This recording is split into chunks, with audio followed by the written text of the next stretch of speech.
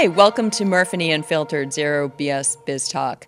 I am here today with Linda Martindale, and I am Kathleen Murphy, your host, and Linda is my co-host today. The format is going to be a little bit different today because we're going to be talking about sports, and this is one of my passions. 50% of my business is focused on sports, and 50% is on business. So, Linda, how are you? Welcome to my show focused very differently than typically the format that I'm used to using. Thank you for having me. I'm excited to be here. Yeah, me too. And we were joking earlier how we are so excited to talk today because we probably could talk forever on any number of different topics. But I've got some questions that I'm really looking forward to asking you. Okay. One of the things that I wanted to particularly focus on is to explore why you got into coaching. So I'm going to be asking you some questions about that, and I'm going to have you tell us a little bit about the sort of your journey of where you came from to get to the place where you are today. So why don't you tell me a little bit about how you arrived where you are, so we can say where you are today, but then sort of back it up and come back around to how did you get to where you are today, given the profession that you're in? Well, I was an athlete growing up, and my father was a coach, so I was around coaching, pretty much my whole life. After I finished my own basketball career, I started coaching. And Where did you play? I played at the University of Alaska, Anchorage. Oh my gosh, I don't know if I knew that. Yeah, and then I switched cool. to the other U of A that was warmer, the University of Arizona. Way warmer. Yes, wow. both U of A. And after my career, I moved east and I got back into coaching in high school. Mostly girls. I coached high school girls for many, many years. I switched into college for a short time, came back, and the job opened to coach boys. So I started coaching high school boys, and I loved that. And I started realizing there was just so much of a need for the mental part of sports. So I went back to get certified as a mental wellness, mental fitness coach. And that's where I am today. Oh, fantastic. I love that. Was there much of a transition for you in terms of coaching college back to high school girls to young men? I would say there's definitely a difference between coaching boys and coaching girls. The college game is different in that there's so much recruiting and scouting and so much work aside from actually being in the gym. And I had small children at that time, so it was just a brutal schedule. Right. But coaching high school boys and coaching high school girls is similar. Okay. I mean, there's some differences, but in general, it's pretty similar. Yeah. That's good. Have you coached any of your own children? I do coach. I've coached all my children, and I'm at Lincoln Sudbury High School. My son is a junior, so he plays on my team. It's exciting. He'll be a senior. This will be my last year of coaching him. Oh, gosh. Yeah, so. Bittersweet? Bittersweet, yeah, yes. I would say. Yes, exciting. Is he looking to go on to continue to play college basketball? No, he is going to play college lacrosse. Oh. Yeah. Oh, I think you told me at Merrimack? Yes. Is that Merrimack. right? Shout out to Merrimack College. Yep, so all four of my kids have been or are college athletes. Wow. 4 different sports. Wow. So you have a tremendous amount of intelligence in terms of what it's like to not only have played at the college level, but then to have children at the college level and supporting them. Were your parents, did you learn from your parents in terms of what the takeaways were from how they supported you in college? Or is there a difference in terms of how maybe your parents supported you as a college athlete versus you having gone through the process yourself and then supporting your children through that process? Yeah, that's a great question. I mean, sports have changed so much. Back in my day of playing, my parents were like, off you go. I mean, there was really no social media, no cell phones, no. So they would come to my games when they could and support. Nowadays, there's a very tight relationship between college athletes, college coaches, parents. I mean, everyone's kind of involved now at some level. Right. So it's different. I think parents should have some involvement, and I think it can be hard to be a parent of a college athlete with what's going on. Without a doubt. I know working with college athletes that one of the sort of cardinal sins for coaches, and you could weigh in on this, was when the parents at the college level would try to reach out to the coach on behalf of the athlete, student athlete. And I'm sure you may potentially have experienced that at one point.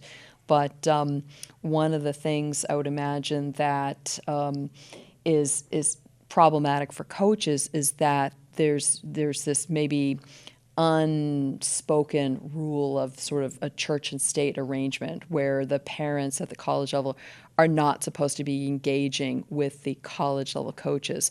And maybe perhaps in high school it was understood that perhaps they were looking at the scenario as, having taken on more of a support role for their child, and they couldn't sort of cut that sort of tie to having had that experience before. Have you experienced that, and what was that like? Yeah, it's complicated. And I work with college coaches, and we can't ignore that parents are part of the equation. Right. And building a really good relationship with the athlete will help a lot. Sure. I think most parents want their kids to be well supported. They want their kids to be heard and seen and developed as players and as student athletes.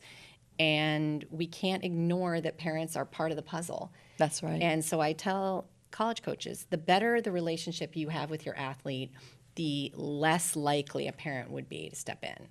So if there's a trusting relationship between athletes and their coaches, generally I think parents take a back seat. That makes sense. Yeah. That makes sense. They let them advocate for themselves, and because they know that they have that relationship with the coach. And so let's talk a little bit about what do you find to be the most rewarding aspect to being a sports coach?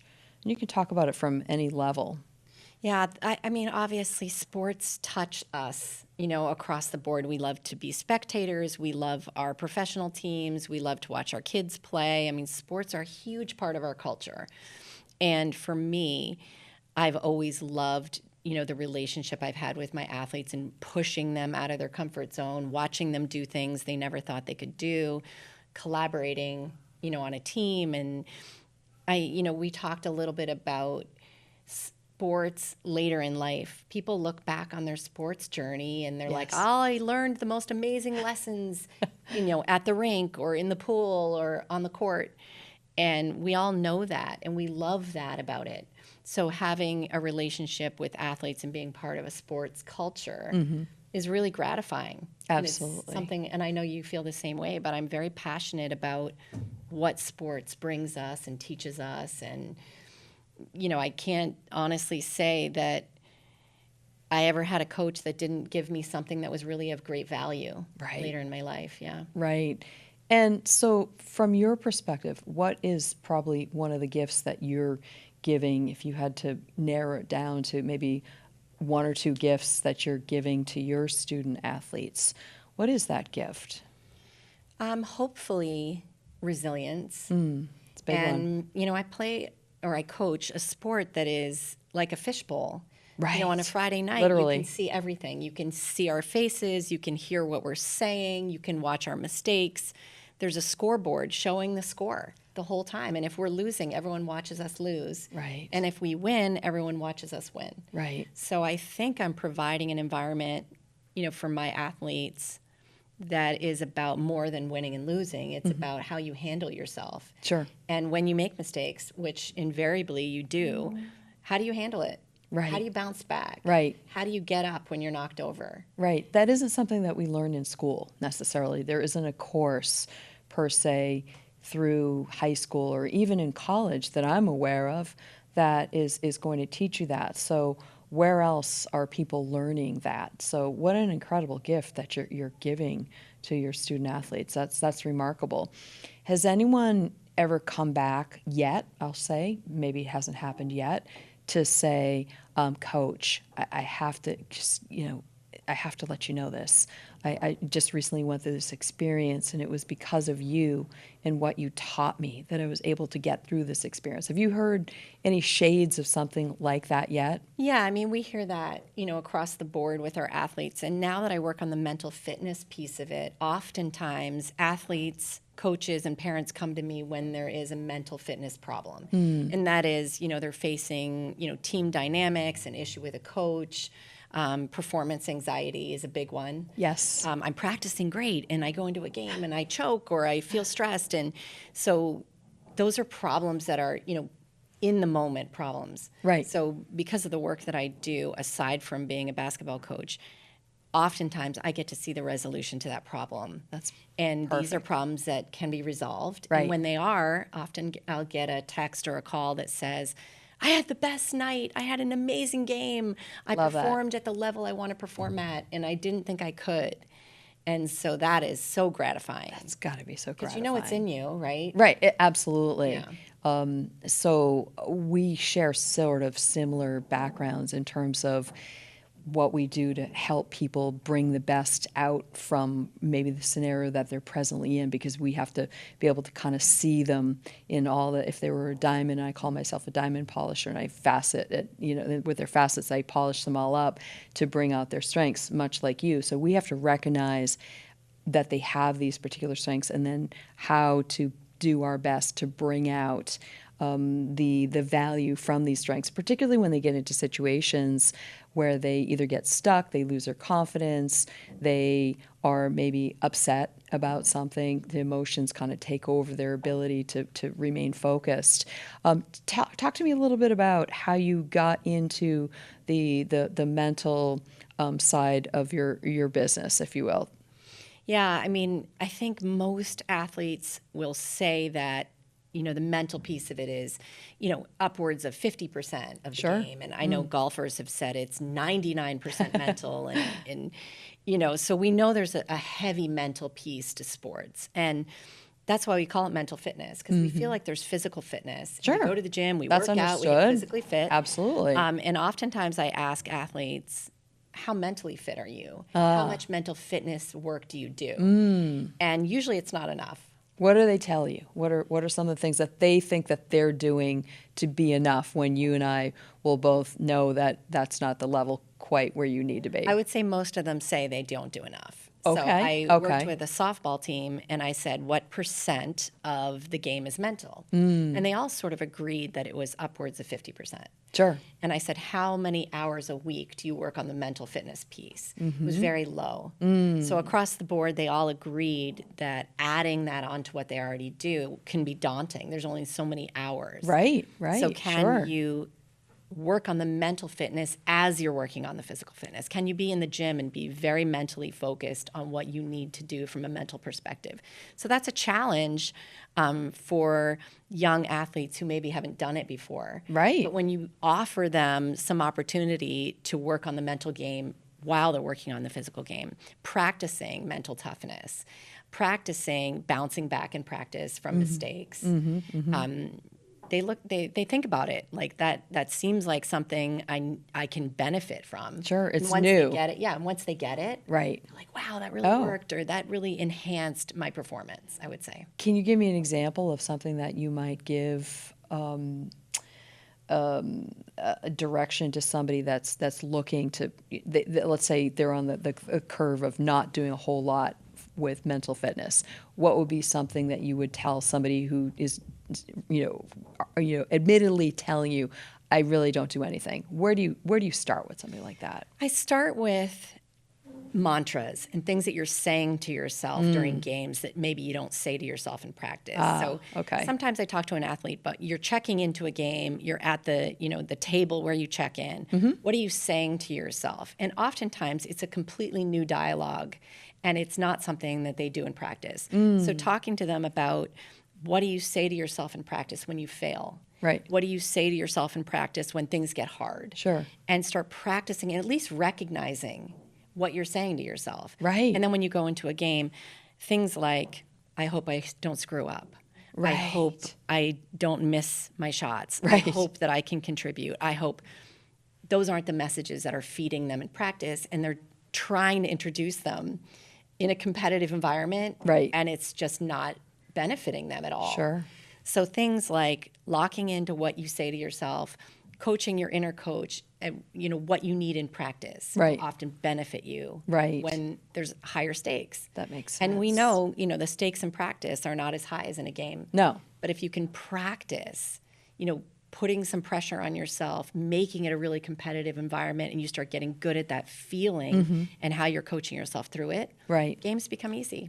Absolutely. Games should be the fun part. They should be the fun part. You do so much hard work to get there. Right. I noticed that with my athletes. So I'm a Gallup certified strengths coach, and I realized last year the importance of the mental aspect to the game.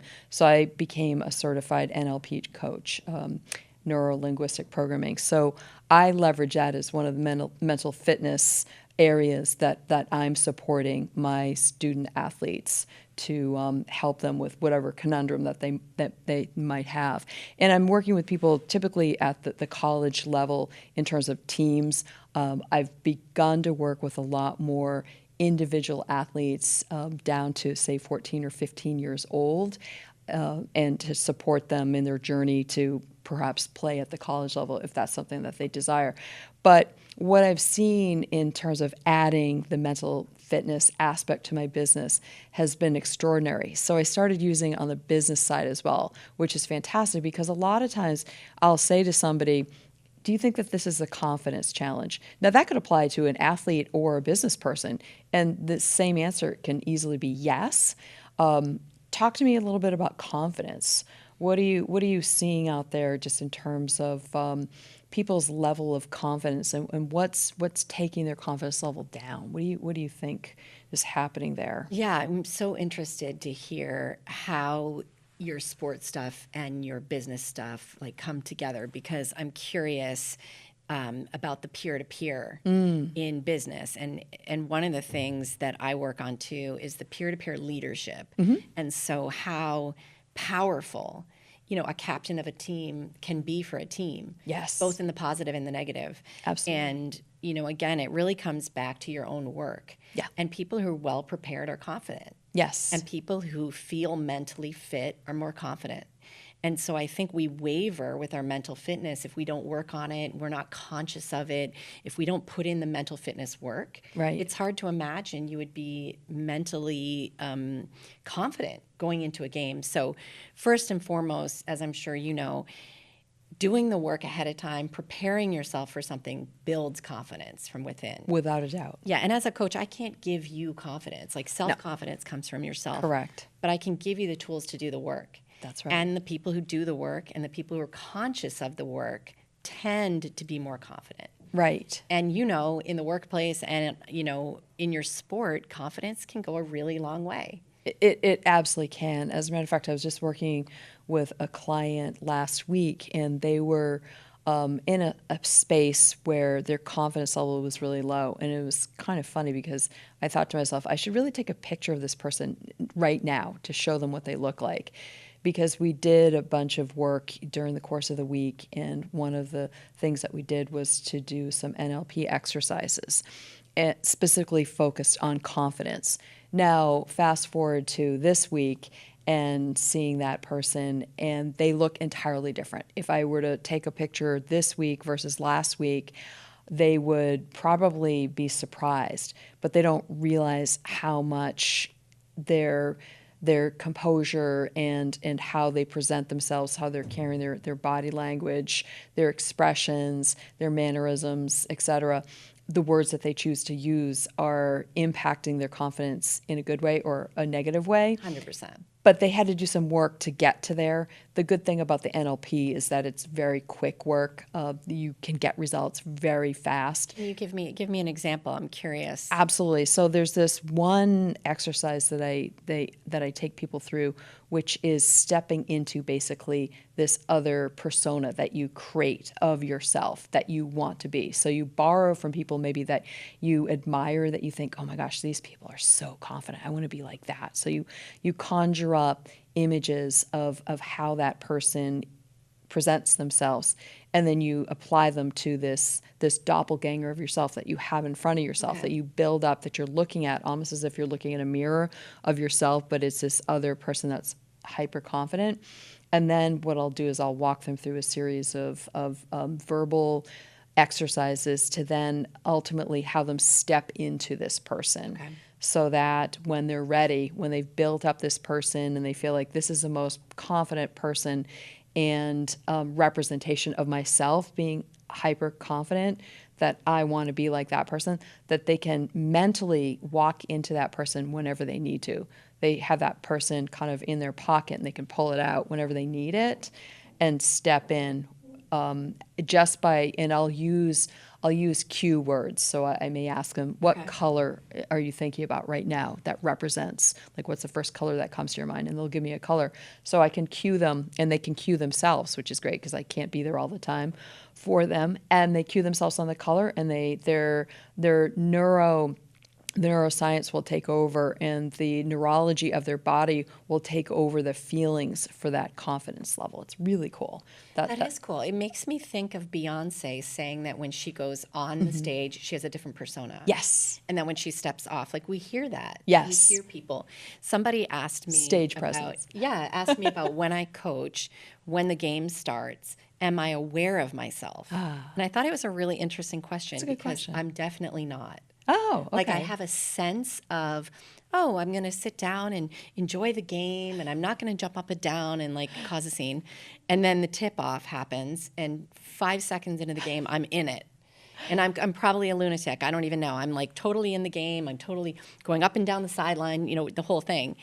And so people laugh and say, like, do you ever think about what you look like when you coach? I'm like, I don't know if I would coach if I had to think about it because it's probably not my best look. Let's put it that It's way. funny you should say that because one of the things that I do on the sports side of my business is it's just not as appropriate, but I do it sometimes in business, but it's reserved. But in sports all the time, I'll do an observation for a coach and come back with constructive information to help support what I'm seeing. So you actually watch a competition. I and will you watch. them coach. I Okay. watch. Yes, exactly. It could be a practice. I could watch a practice also because sometimes coaches behave differently. Sports coaches in a practice versus a game, Yep. and sometimes that's a better persona for them as a coach. But then they get into the competition phase and they have this other persona that comes out that they may not want or be aware of. Most of the time it's lack of awareness of who that is. And if they could just borrow from that practice coach, gosh, things could be quite different. That's And they interesting. generally are. And most of the time they've never had somebody give them this kind of feedback would because imagine, yeah. most people would be reluctant to give it to them. So you have to develop some trust with the coach ahead of time Sure, to yeah. have you warrant watching them because it's uncomfortable maybe for someone to be watching your every move and to think, gosh, how critical are they going to be of me and what are they going to say? You're just thinking of all these negative things.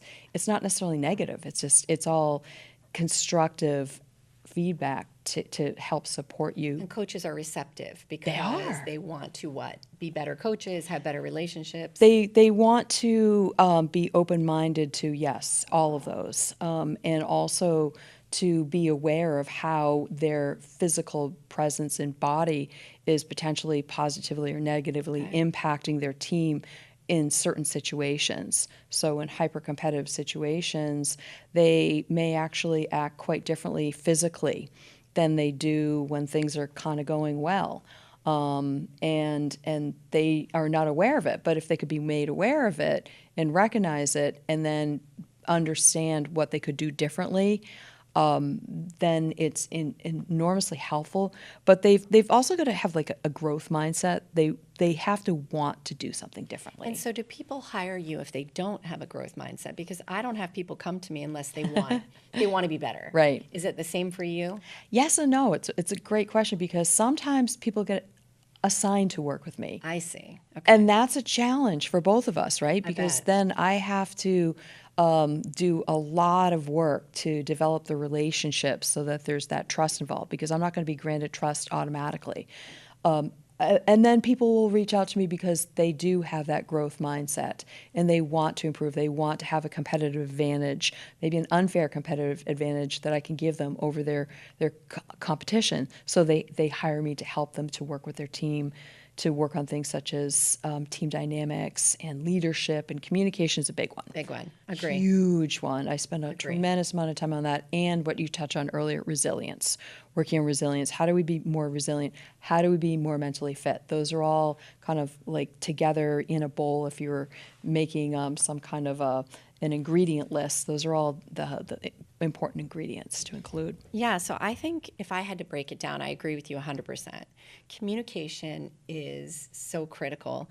Where do business people, coaches, athletes, where do people learn about communication? Oftentimes it's in their, upbringing, maybe their family dynamics. They learn how to communicate, in the classroom. But what do you find when you work with executives in terms of their communication? They want to develop it, but where does it come from? We could go on with this. I love this topic, and I want to have you back to focus exactly on that because I run workshops specifically on communication, okay. both for businesses and also for sports teams. And that's one of the critical workshops that I run. But we've actually run out of time. We have already. I know. Can you believe that? Of course you could. But I would love for you to come back so that we can pick back up on this conversation about communication. We absolutely could, 100%. So thank you so much for being my guest today. Thank you for having me. It was super fun. You're very welcome. And thank you, everybody, today for joining us on Murf+E Unfiltered, Zero BS Biz Talk, and for being here with myself, Kathleen Murphy, and with Linda Martindale, my co-host today. Have a great time, everybody, and we'll see you next time. Thank you.